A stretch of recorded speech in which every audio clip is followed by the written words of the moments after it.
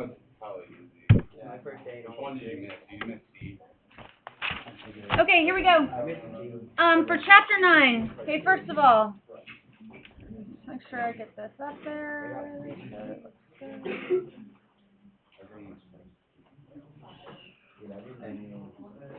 Okay.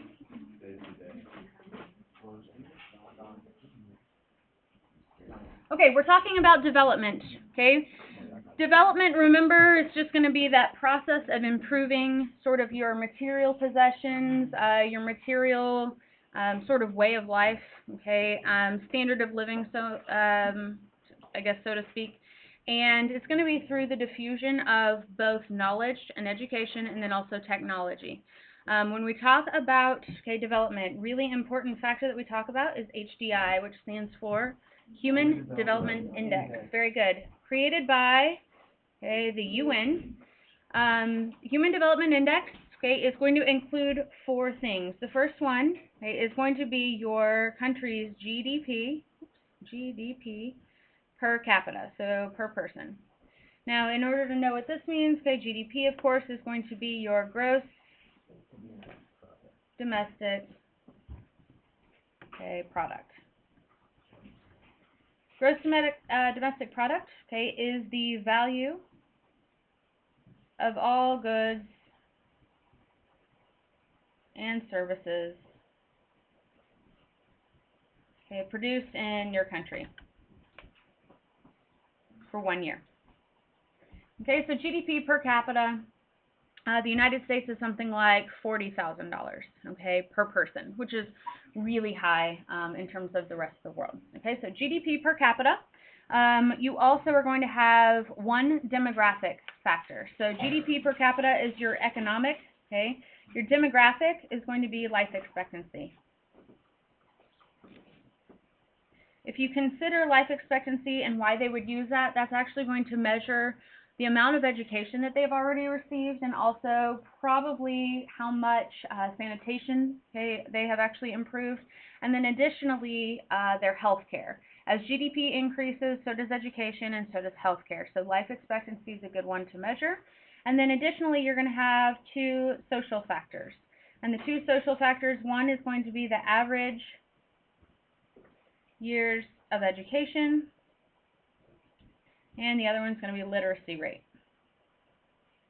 And remember, literacy rate is going to be the actual number of people that can both read and write.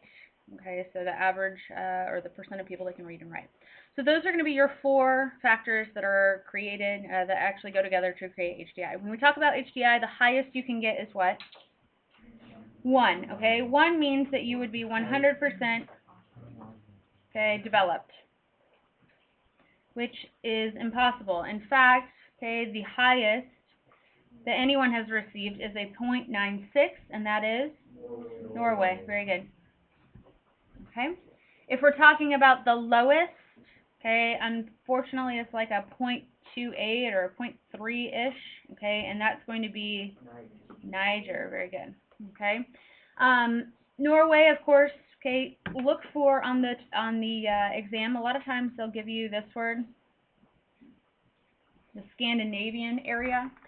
Scandinavian is Norway, Finland, Sweden, Denmark. All of those countries that are up, north, kind of hovering over the mainland Europe. Niger, of course, is a part of what region?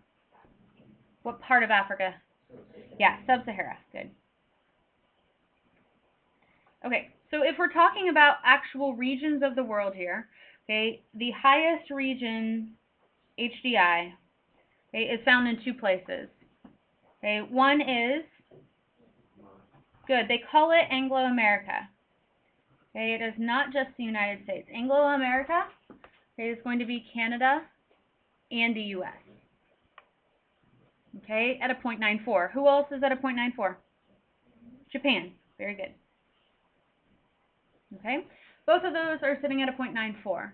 Now, your cutoff for an MDC, versus an LDC. An MDC, of course, more developed country, is going to be one that has progressed pretty far on the development continuum.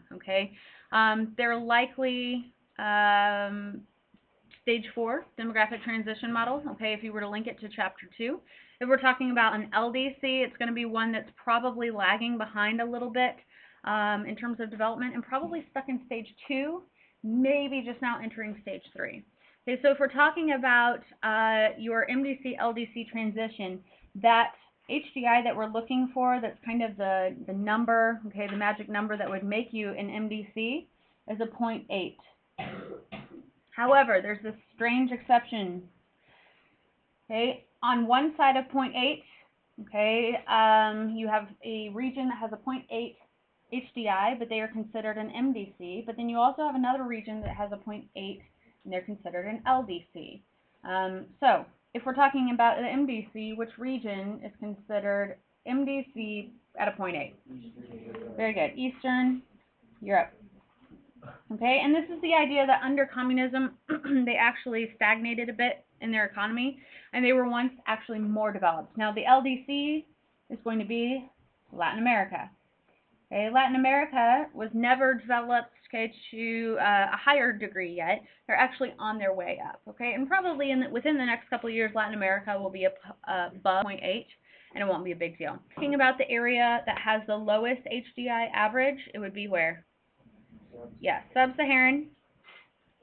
And then if I were to give you maybe a 0.58, okay, that would be Southeast Asia, okay, would be your second least developed. Okay. Do not forget that on the test, if they write Middle East, okay, that's great, but don't be surprised if they give you Suasia, okay, so Southwest Asia as well. Southwest Asia and the Middle East are on what side of 0.8? Yeah, the LDC side. Very good. Okay, other things we need to talk about are actually gender-related development.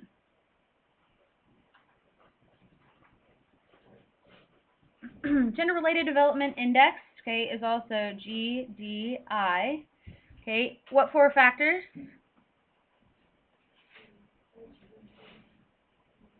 The same as HDI, except that it's going to be the percentage of GDP earned, okay, per capita. But they are going to compare that, okay, with the percentage that women will earn.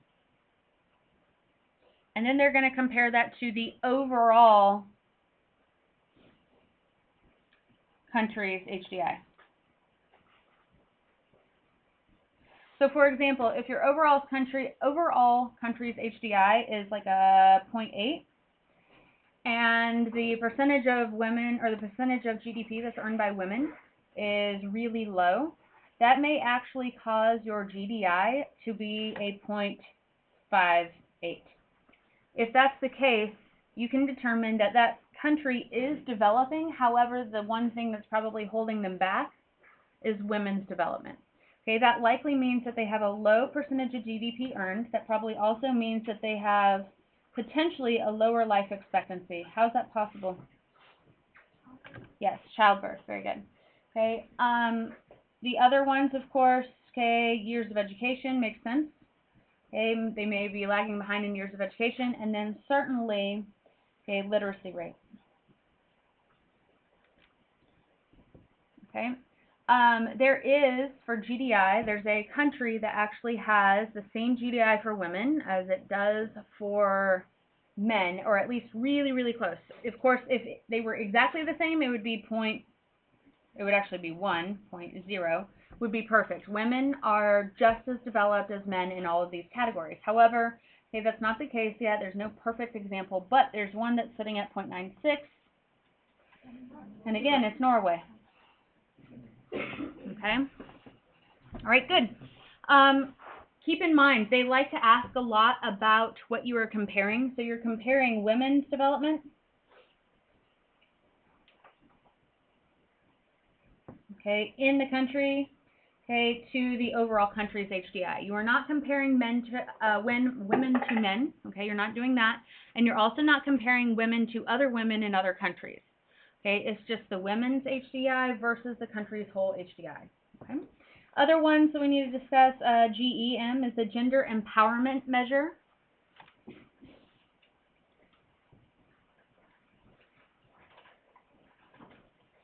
Okay, this one is actually, the definition is kind of interesting because it actually doesn't talk about women in the definition. It's actually looking at the ability of men and women to participate in government and managerial type of positions. Okay, so it's looking at power across the spectrum of men and women. So it's actually comparing the two. You have economic factors here. So the economic factors, okay, the first one is the percent, okay, of GDP earned by women. And this, a lot of times, is where you have that income gap, the idea that women make 75-ish%, okay, of a man's wages. That's in the United States, okay, and that's considered great. Woo. Okay. On the map, if you remember for GEM, the percentage of a man's income, the highest sort of ranking, the ones that make all the countries really look good, is a 0.6. So that means $60 for every $100 that a man makes. Okay, and remember, it's the same job. Okay. So GEM is going to look at the percentage of the GDP. It's also going to look at the percentage of women in professional and technical jobs, which basically means in jobs that require what? Education and some degree of training, okay? Probably even post-secondary education, so some sort of like college, okay, maybe specialist degree, training, etc. Okay, then you also are going to have some political factors. Your political factors there are going to be the percentage of women holding a managerial position. Okay, this is going to be things like, okay, CEOs, COOs, okay, developing their own company, okay, potentially high up in the military, okay, those types of things. Again, that's going to suggest that not only do they have extra education, but also that's a huge time commitment, which means that their total fertility rate's probably what? Really, really low, okay? And then additionally, it's going to be the percentage of women, okay, elected to office, government office. Again, that's going to require some amount of education. Okay, it's also going to probably mean that the total fertility rate is rather low, but that also recognizes, okay, that women are viewed as having power and having the ability to do that. So when we're talking about GEM, okay, again, it's the measure of men and women and their ability to participate in government. Okay, a couple other things that we need to talk about. We need to talk about the types of job sectors, okay, that development would include. So when we're talking about a country developing, typically, okay, you're going to have your primary, your secondary, your tertiary, and then I want to include informal today.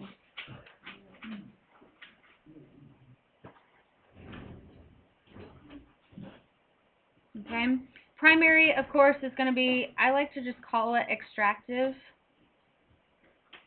industries and agriculture. We forget about extractive industries a lot. Okay, extractive just means you're taking something out of the ground. That could be fishing, that could be lumber, oil, okay, refinery, those types of things. Okay, and then of course agriculture. If we're talking about secondary, we're talking about manufacturing, okay, or industry. Okay, so putting things together to create a final product. And then your tertiary are going to be your services. Okay, that's going to be providing goods and services to people in exchange for some type of payment.